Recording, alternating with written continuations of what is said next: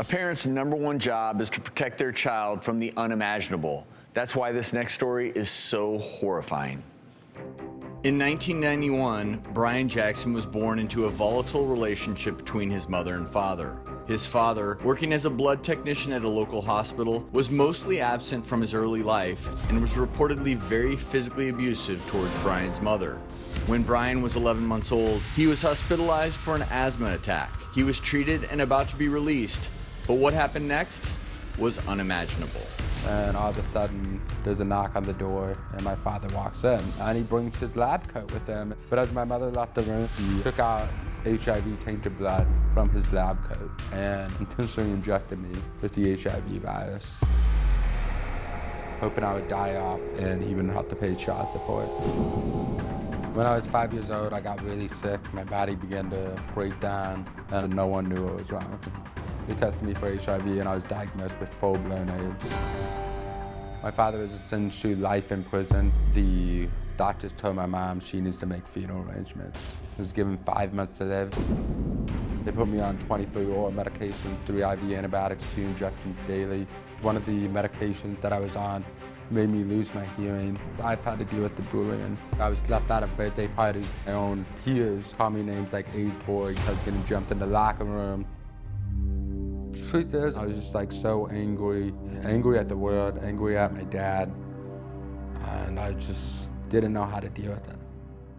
So around the age of 13, I felt like maybe I could just do everybody a favor and just end it all. And in that moment of desperation, I was called to my Bible, and I opened up and it said, "Put your hope in God."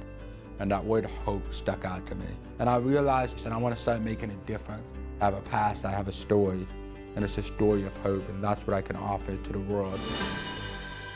Joining us now is Brryan, along with attorney and child advocate Areva Martin. Brryan, great to have you here. Thank you for having me.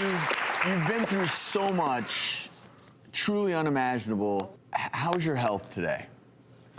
The way I like to explain my health today is most people say they're healthy as a horse, and I like to say I'm healthier than a horse, you know, like, okay. I don't know, like a cheetah or something, you know?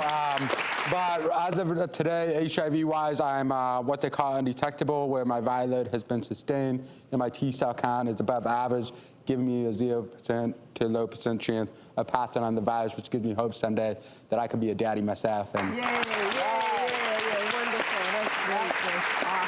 I love the resilient element of who you are and hearing about you being 13 years of age and thinking about ending your life. I'm so inspired by you being here today. I just want to remind everyone what can happen with HIV, and in Brryan's case, literally getting injected with the virus. That virus, what it does is it infects white blood cells, your CD4 white blood cells.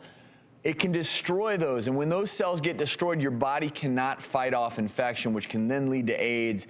And I'm just so happy because your viral load is now undetectable. But I have to ask you, Areva, have you ever seen anything like this in your entire career? Never, Travis. I have dealt with a lot of really difficult child custody battles and fights, and I've seen parents do horrible things when they're fighting with their exes or their ex-spouses over children. But for a parent to infect their child with the HIV virus to avoid child support is about the lowest thing that any human being can do. And so to see you surviving that is just amazing. But no, this is the lowest thing anyone can do.